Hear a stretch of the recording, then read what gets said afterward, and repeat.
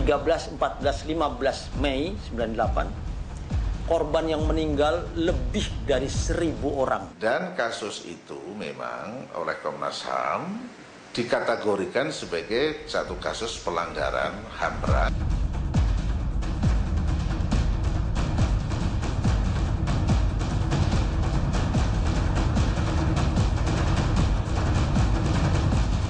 Setiap bulan Mei, bangsa ini selalu mengingat kerusuhan Mei 98 adalah tragedi kemanusiaan karena ribuan nyawa hilang dan terjadi pelanggaran HAM di seluruh penjuru negeri. Ironis, banyak yang mengingat namun hanya sedikit yang masih berjuang menuntut negara mencari dalangnya. Lagi-lagi, sikap bangsa ini seolah terjebak di jalan yang panjang untuk membuka payung hitam sejarah. Dan sepertinya pemerintah tak cukup nyali untuk mengungkap tragedi Mei 98, meski ada yang mengaku siap memberikan bukti. Pemirsa, sampai di mana kasus ini setelah 16 tahun reformasi berjalan? Dan benarkah tragedi Mei 98 selalu jadi komoditi politik menjelang pemilu? Berikut penelusuran tim Realitas.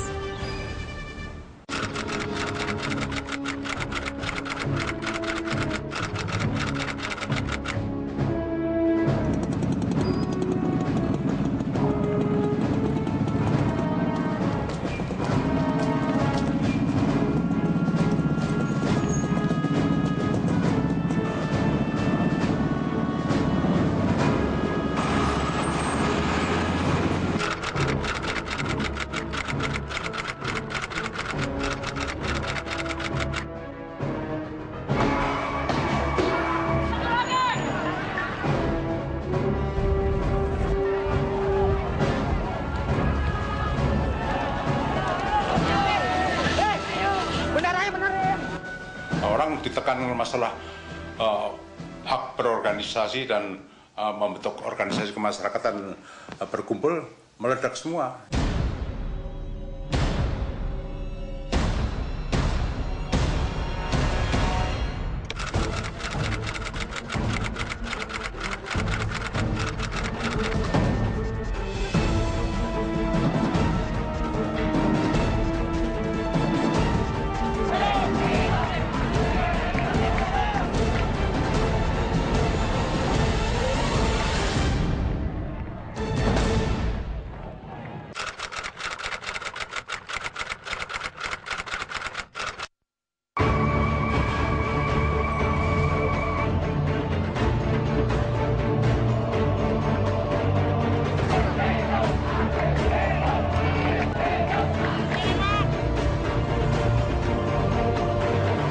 Prasyarat-prasyarat untuk disebut sebagai crimes against humanity itu terpenuhi karena korbannya banyak sekali. Bayangkan waktu itu dalam waktu 3-4 hari dari tanggal 12, 13, 14, 15 Mei 98, korban yang meninggal lebih dari 1.000 orang.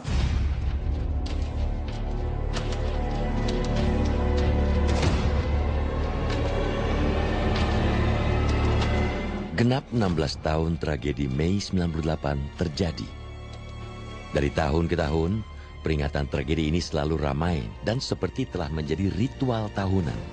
Padahal, PR terbesar belum terselesaikan hingga detik ini, yakni mengungkap siapa pihak yang paling bertanggung jawab atas kerusuhan yang menelan banyak korban jiwa dan materi ini. Padahal, tim gabungan pencari fakta sudah dibentuk sejak pemerintahan Presiden Habibie. Ya, situasi saat itu memang cukup rumit. Mereka yang diduga merencanakan kerusuhan adalah para pemegang komando militer. Bahkan santer terdengar kerusuhan ini akibat dari persaingan di tubuh militer. Bukan hanya Pak Wiranto, Pak Prabowo juga diperiksa waktu itu oleh TGPF. Semua pejabat militer ketika itu karena diduga kuat bahwa militer dan polisi waktu itu terlibat di dalam kegiatan-kegiatan sistemik sehingga dikatakan bahwa negara terlibat di dalam tragedi Mei 98. Nah, dari segi itu maka telah terjadi crimes against humanity. Jadi pelanggaran hak asasi berat itu. TGPF ini namanya sudah disetir oleh orang yang tidak suka kepada Pak Harto dan kepada Prabowo. Udah jelas dong, masa kejadian pertemuan tanggal 14 karena merancang tanggal 13, di mana itu logikanya? Itu namanya provokatif untuk menjatuhkan Prabowo. Memang tragedi Mei 98 memunculkan perdebatan sengit dan panjang. Siapa yang paling bertanggung jawab atas pelanggaran HAM saat itu? Menariknya, masing-masing pihak mengklaim punya bukti kuat jika nanti ada pengadilan HAM. Celakanya, negara seperti tak mampu menyelesaikan masalah bangsa ini. Sekali lagi, masyarakat pun menjadi korban perang informasi di media massa.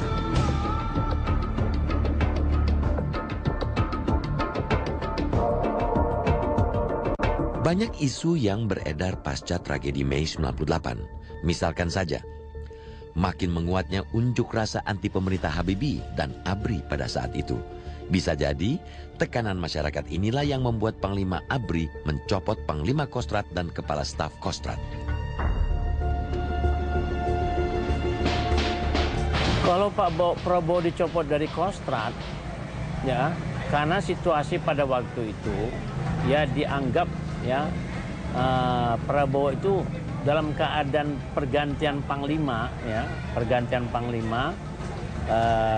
dicopot dari Panglima Kostrad karena dianggap Prabowo datang ke Habibie, melangkahi dari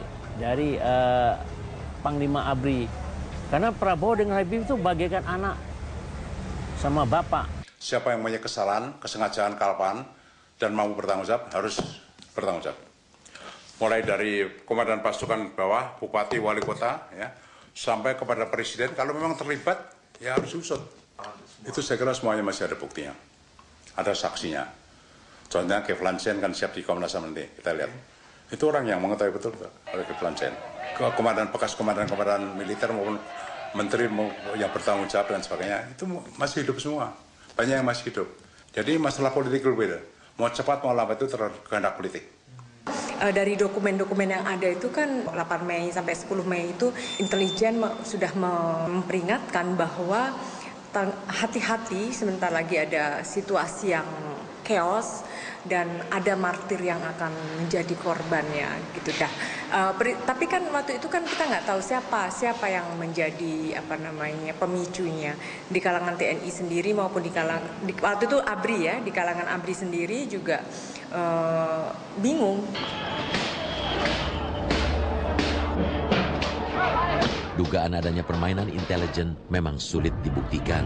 Namun, ada bisik-bisik yang menyebutkan operasi dalam operasi mungkin saja terjadi pada saat kerusuhan Mei 98 meletus. Bisa terjadi, bisa terjadi. Jadi semacam double agent to main, pseudo intelijen bisa jadi. Tapi dalam faktanya urutan-urutan yang dia buat nyatanya betul kejadian. Rapat di sana kejadian meledak. Nah, itu kumpul di sana instruksi betul kelihatan kejadian kerusuhan itu yang sana mengomandokan dilihat oleh intel saya ada komando untuk buat kerusuhan.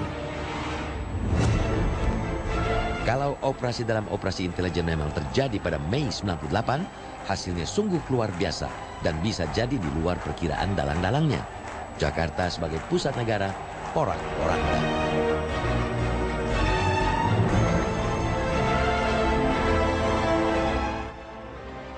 Bukan perkara mudah menuntut kasus pelanggaran HAM masa lalu terungkap. Meski ada banyak temuan yang bisa jadi alat bukti, mereka yang terlibat sulit tersentuh hukum. Faktanya, hingga saat ini masyarakat juga belum melihat keseriusan negara meneruskan rekomendasi dari Komnas HAM untuk menyeret aktor tragedi Mei 98 ke pengadilan. Pertanyaannya adalah sampai di mana rekomendasi Komnas HAM itu sudah berjalan? Realitas segera kembali.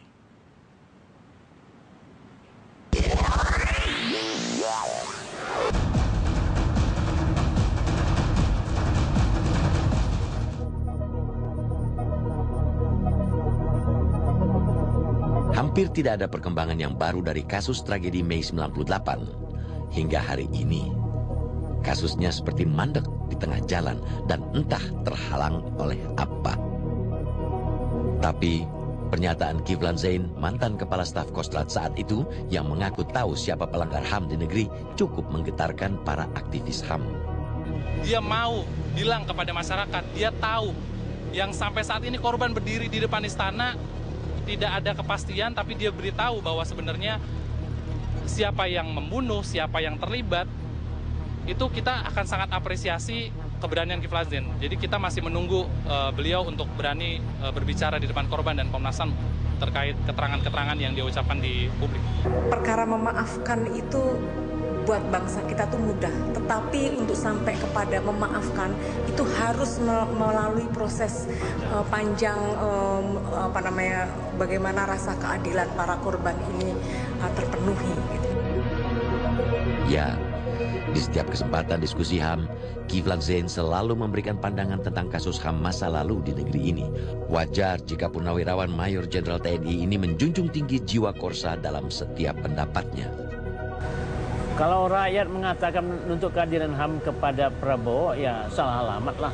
Itu salah alamat. Kenapa?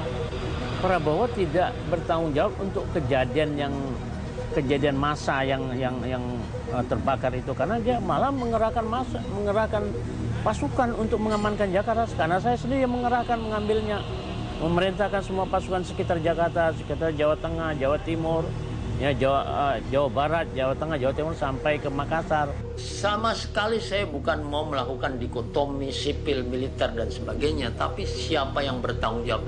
Ini semua merupakan koordinasi dari tanggung jawab negara. Sederhana, sebuah pemerintahan yang sudah mulai kehilangan legitimasinya dari rakyat ingin mempertahankan, namanya regimentasi, ingin mempertahankan proses kekuasaannya dengan segala cara. Caranya membuat chaos masyarakat, lalu dia akan muncul sebagai pahlawan lagi. Itu rencananya. Sekali lagi, tragedi Mei 98 belum menemukan titik terang siapa yang harus bertanggung jawab terhadap hilangnya ribuan nyawa kerugian ekonomi yang sangat besar. Masing-masing pihak seperti mencari aman dengan menghindari kasus ini. Bahkan, negara pun seakan tidak peduli terhadap tragedi ini. Seingat saya, untuk peristiwa kerusuhan Mei, itu Komnas HAM sudah selesai menjalankan tugasnya melakukan penyelidikan pro justisia. Dan kasus itu memang oleh Komnas HAM dikategorikan sebagai satu kasus pelanggaran HAM berat, yaitu kejahatan terhadap kemanusiaan. Karena unsur-unsurnya terpenuhi, dan pada saat peristiwa itu terjadi, pihak-pihak pelakunya juga diidentifikasi ciri-cirinya, tempat-tempat kejadiannya. Nah, jadi memang ini kasus sudah selesai penyelidikannya dan sudah diserahkan kepada jaksa agung untuk ditindaklanjuti. Komisi Nasional Hak Asasi Manusia atau Komnas HAM telah menyerahkan berkas hasil penyelidikan kasus Mei 98 ke Kejaksaan Agung pada tahun 2005. Namun, laporan ini mangkrak sampai detik ini. Desakan Komnas HAM agar Presiden mengeluarkan Kepres pembentukan HAM ad hoc juga menemui jalan buntu. Ya, jadi itu yang kemudian Komnas HAM sangat sesalkan ya. Begitu sebenarnya proses ini nampaknya berhenti dengan Menko Polhukam karena beliau sampaikan harus menunggu RUU KKR, kemudian kami melakukan langkah menyurati Presiden, Komnas HAM untuk bertemu dengan Presiden. Nah, tapi ternyata melalui Pak Sudi Silalahi dijawab surat kami bahwa Presiden tidak punya waktu untuk bertemu dengan Komnas HAM. Nah, itu yang sesungguhnya sangat kami sesalkan. Tampaknya tragedi Mei 98 hanya akan menjadi bulan-bulanan isu miring di tengah masyarakat. Bukti-bukti yang telah dirangkai untuk menjerat aktor kerusuhan juga tak mampu menembus tembok istana. Jelas tidak ada keseriusan negara memfasilitasi terungkapnya kasus HAM berat Mei 98.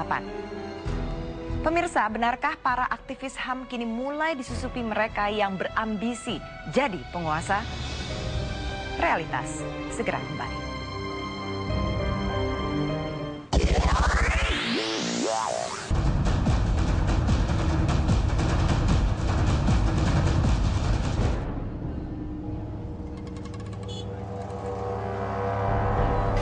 Seperti biasanya, mereka yang berpayung hitam beraksi di depan istana setiap hari Kamis. Mereka tidak pernah bosan untuk menuntut pemerintah agar mengungkap semua kasus pelanggaran HAM di masa lalu, termasuk tragedi Mei 98. Selain momentumnya pas di bulan Mei, Kamis 8 Mei 2014 adalah aksi ke-352 kali mereka. Ada yang menarik untuk diamati. Jika biasanya peserta aksi ini hanya segelintir orang dan beratribut hitam sebagai lambang keteguhan mereka, kali ini ada peserta lain yang bergabung. Maklum, sejak awal tahun 2014 suhu politik di Republik ini makin menghangat. Jujur aja, di aksi Kamisan sebenarnya kita membebaskan siapapun untuk memilih, punya hak pilih masing-masing. Tapi kita punya tuntutan utama, yaitu menuntaskan kasus pelanggaran masa lalu. Kalau misalnya saat ini momennya pas Prabowo sebagai pelanggar HAM, dia terlibat kasus penculikan 13 aktivis, itu karena momentum dia mencapreskan diri saja. Nah, saya juga didatengin orang dari Forum Rakyat. Nah, jadi saya ini juga didatengin orang Gerindra, didatengin orangnya Pak Jokowi. Ya, saya nggak tahu apakah itu orang yang akan menggunakan kesempatan terhadap Pak Jokowi, saya tidak tahu. Wajar ada peserta dari kelompok lain yang ikut dalam aksi Kamisan di depan istana karena kegiatan ini memang terbuka bagi siapa saja yang berjuang menuntut HAM. Tidak tertutup juga untuk para pembuat film dokumenter. Tidak heran kalau ada lebih dari 10 film dokumenter mengenai kerusuhan Mei 98 telah dibuat dan berkali-kali unjuk gigi di sejumlah festival internasional. Lewat film, setidaknya dunia luar tahu kalau masalah HAM bangsa dan negara yang bernama Indonesia ini belum rampung.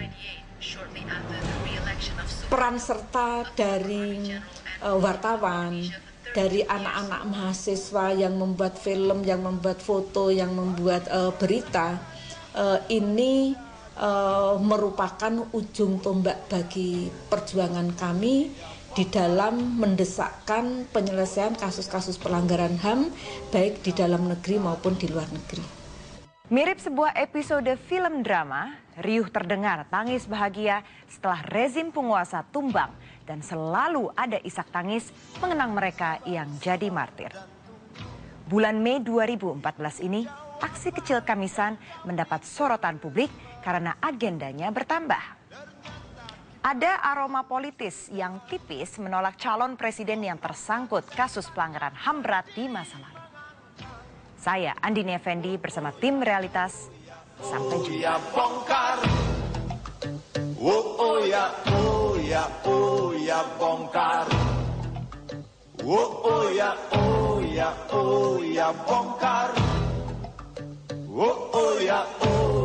Oh ya bongkar.